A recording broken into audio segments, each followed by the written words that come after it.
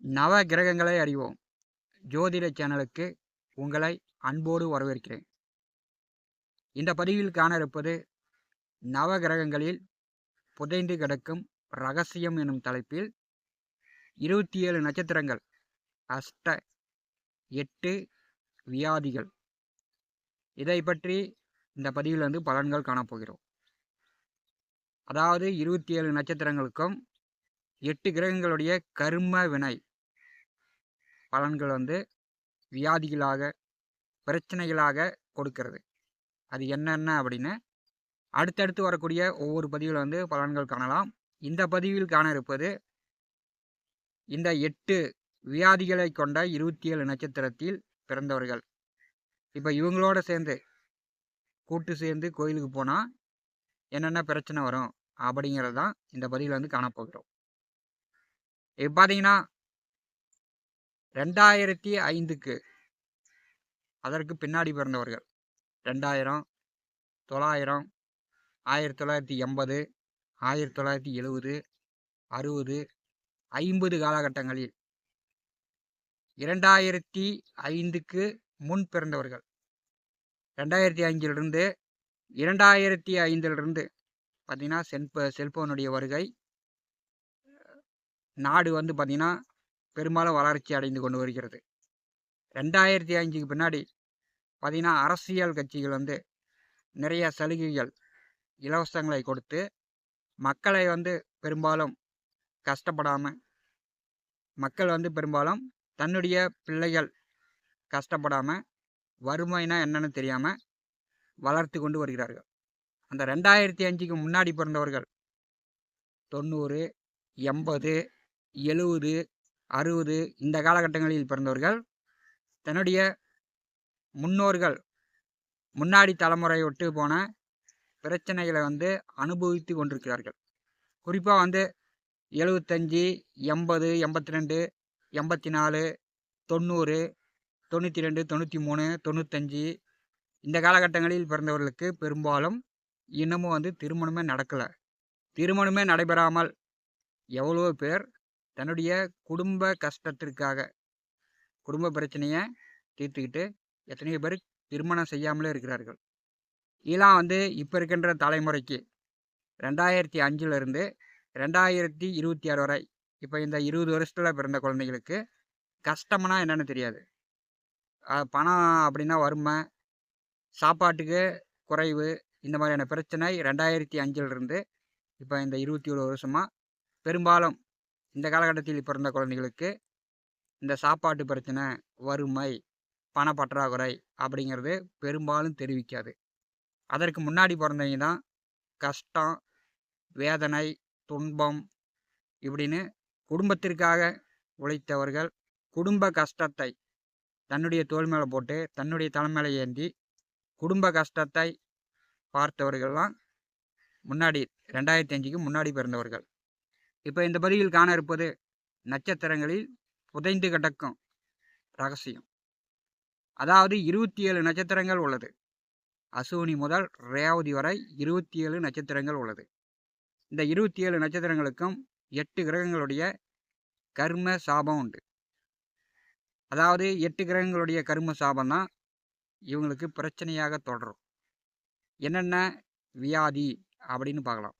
குடும்ப வியாதி, மன வியாதி, ஆக்ரோஷ வியாதி, பய வியாதி, சாஸ்திர வியாதி, பண வியாதி, தேசாந்திர வியாதி, பெண் வியாதி என்று 8 வியாதிகள், 8 பிரச்சனைகள் இந்த 27 நட்சத்திரங்களை பின்தொடரும்.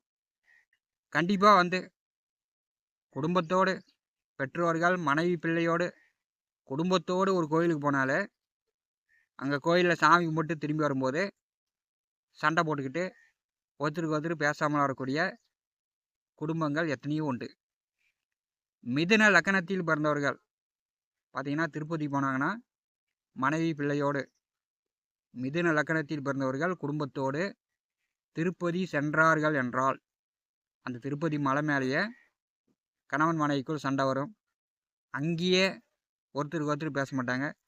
அங்கேருந்து வீடு வந்தாலும் மறுபடியும் பேசிக்கிறதுக்கான சந்தர்ப்பமே ஏற்படாது.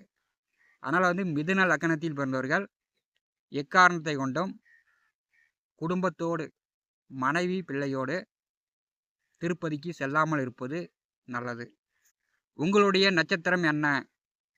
உங்களுக்கு எந்த கிரகத்தினுடைய கர்ம சாப வியாதி பிரச்சனைகள் உள்ளது என்று அடுத்தடுத்த பதிவுகளில் காணலாம். குடும்ப பிரச்சனை உள்ள நட்சத்திரக்காரர்கள் இவங்க வந்து உங்களுக்கு நண்பர்களாக வந்து இவங்களோடு சேர்ந்து நீங்கள் வந்து கூட்டாளியுடன் சேர்ந்து கோயிலுக்கு போனீங்களாலும் சரி அல்லது சுற்றுலா சென்றாலும் சரி குடும்ப பிரச்சனை உள்ளவர்களோடு சேர்ந்து போனால் உங்கள் குடும்பத்தில் இருக்கக்கூடிய பிரச்சனை தீரும். அதாவது பல வருஷமாக திருமணம் ஆகாமல் இருக்கக்கூடியவர்கள் திருமணம் நடந்துடும். குடும்ப பிரச்சனை வந்து ஓரளவு மற்றவர்கள் குடும்ப பிரச்சனையை தீர்க்கும். மனவியாதி உள்ள நட்சத்திரக்காரர்கள், இந்த மனவியாதி உள்ள நட்சத்திரக்காரர்களிடம் உங்களுக்கு நட்பு ஏற்பட்டாலும் இந்த மனவியாதி உள்ள நட்சத்திரக்காரர்களிடம் கூட்டாக சேர்ந்து சுற்றுலா செல்வது, கோயிலுக்கு செல்வது, இந்த மாதிரி ஒரு நாள் டூர் போயிட்டு வந்தீங்கன்னா கண்டிப்பாக அவங்களுக்குள்ள அவங்க குடும்பத்தில் உள்ள அந்த மனக்குறை மன கஷ்டம் உங்களுக்கு வந்து சேர்ந்துடும். இருப்பதிலேயே மிக கடுமையானது மனவியாதி. மூன்றாவதாக பார்த்தீங்கன்னா ஆக்ரோஷ வியாதி. இந்த ஆக்ரோஷ வியாதி என்று இந்த நட்சத்திரத்தில் பிறந்தவர்கள் இவங்க வந்து உங்களுக்கு நண்பர்களாக இருந்தார்கள் என்றால் பார்த்தீங்கன்னா அவங்களுக்கு வந்து புறம்போக்கு நிலம், சொத்து சார்ந்த பிரச்சனைகள், அவங்களுக்கு இருக்கக்கூடிய பிரச்சனைகள் ஆக்ரோஷ வியாதிக்காரர்களிடம் நீங்கள் வந்து பழக்கம் வச்சுக்கும் போது அவங்களோட சேர்ந்து கோயிலுக்கு போகும்போது கண்டிப்பாக அவங்களுக்குள்ள பிரச்சனை உங்களுக்கு வந்துடும். ஆக்ரோஷ வியாதியும் மிக கடுமையானது தான். நான்காவதாக பார்த்தீங்கன்னா பய வியாதி. இந்த பய வியாதி உள்ள நட்சத்திரக்காரர்கள் இவங்க வந்து பார்த்தீங்கன்னா பள்ளி கத்தனா கூட பயந்துக்குவாங்க. இரவில் வந்து அதிக நேரம் தூங்க மாட்டாங்க. இரவில் வந்து எவனோ செய்வனை வச்சுட்டான், எவனோ மந்திரம் பண்ணிட்டான், காற்று பலமாக அடித்தா கூட பய வியாதி உள்ளவர்கள் காற்று வந்து பலமாக அடித்தா கூட பயந்துக்குவாங்க. இரவில் வந்து சரியாக தூங்க மாட்டாங்க. இந்த பய வியாதி உள்ளவர்களிடம் நீங்கள் வந்து பழக்கம் வச்சு கோயிலுக்கு போயிட்டு வந்தீங்கன்னா இவங்களுக்குள்ள பயம் உங்களை வந்து தொற்றிக்கொள்ளும். எவனும் செய்வனை வச்சுட்டான், எவனோ மந்திரம் பண்ணிட்டான் அப்படின்னு நீங்களும் பயந்துக்கிட்டு இருக்கக்கூடிய சூழ்நிலை ஏற்பட்டு விடும். ஐந்தாவதாக பார்த்தீங்கன்னா சாஸ்திர வியாதிகள். இந்த சாஸ்திர வியாதிகள் நட்சத்திரத்தில் பிறந்தவர்கள் இவங்க வந்து தன்னுடைய குடும்பம் தன்னுடைய குழந்தைகளுக்கு நல்ல வாய்ப்புகள் ஏற்படுத்தி தருகிறார்களோ இல்லையோ மற்ற குடும்பங்கள் மற்ற பிள்ளைகளுக்கு நல்ல முன்னேற்றத்தை இவங்க வந்து ஏற்படுத்தி கொடுப்பாங்க. இது வந்து நல்ல அமைப்பு. சாஸ்திர வியாதி உள்ள நட்சத்திரக்காரர்கள் உங்களுக்கு வந்து நண்பர்களாக கூட்டாளிகளாக இருந்தார்கள் என்றால் உங்கள் குடும்பம் உங்கள் பிள்ளைங்க நல்ல முன்னேற்றம் அடையலாம். ஆறாவதாக பார்த்தீங்கன்னா பண வியாதி உள்ள நட்சத்திரம். இந்த பண வியாதி நட்சத்திரக்காரர்களிடம் நட்பு வச்சுக்கிட்டாலும் சரி, அவங்களோட சேர்ந்து கோயிலுக்கு போனாலும் சரி, சுற்றுலா சென்றாலும் சரி, ஒரு நாள் டூர் போயிட்டு இருந்தாலும் சரி, அவங்க வந்து அவங்களுடைய எண்ணம் செயல் பேச்சு எல்லாமே பணம் பணம் பணம் என்று பணத்தை சார்ந்ததாகவே இருக்கும். அவங்களுக்குள்ள பண பிரச்சனை அவங்களோட சேர்ந்து போயிட்டு இருக்கும்போது உங்களுக்கும் அந்த பண பிரச்சனை வந்துடும்.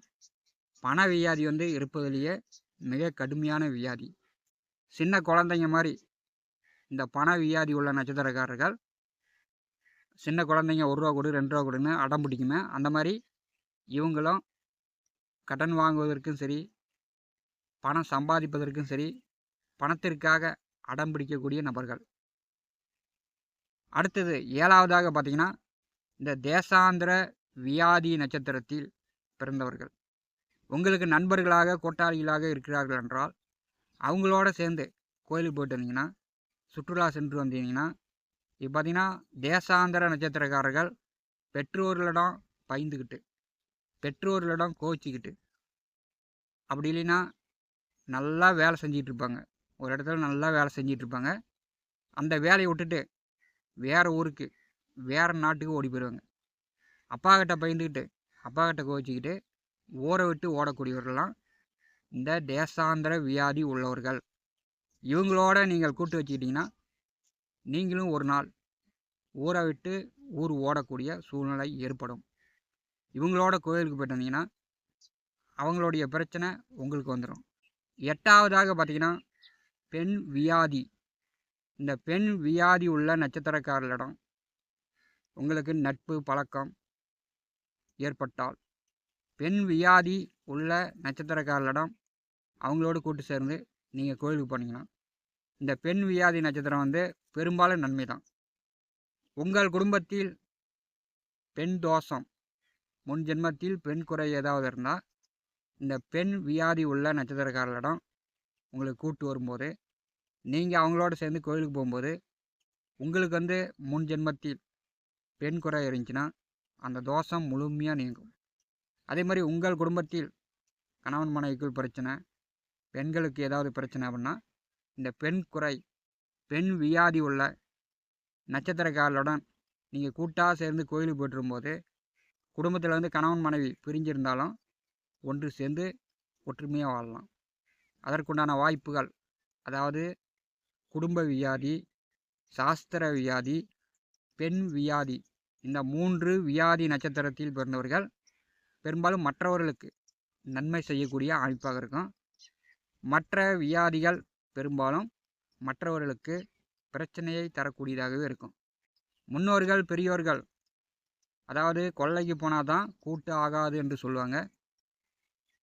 கோயிலுக்கு போனாலும் சாதகமில்லாத கிரகத்துடைய கர்ம சாபம் கொண்ட வியாதியில் உள்ள நபர்களிடம், வியாதி அப்படின்னா பிரச்சனை, அந்த பிரச்சனை உள்ளவர்களோடு சேர்ந்து கோயிலுக்கு போனால் அவங்களுடைய பிரச்சனை நம்மளை வந்து கடுமையாக பாதிக்கும். இதெல்லாம் வந்து என்னுடைய அனுபவபூர்வமான பலன் தான். இது வந்து ஜோதிட சாஸ்திர புராண நூல்களில் இதெல்லாம் வந்து பார்த்து எடுக்க முடியாது. என்னுடைய அனுபவபூர்வமானது தான்.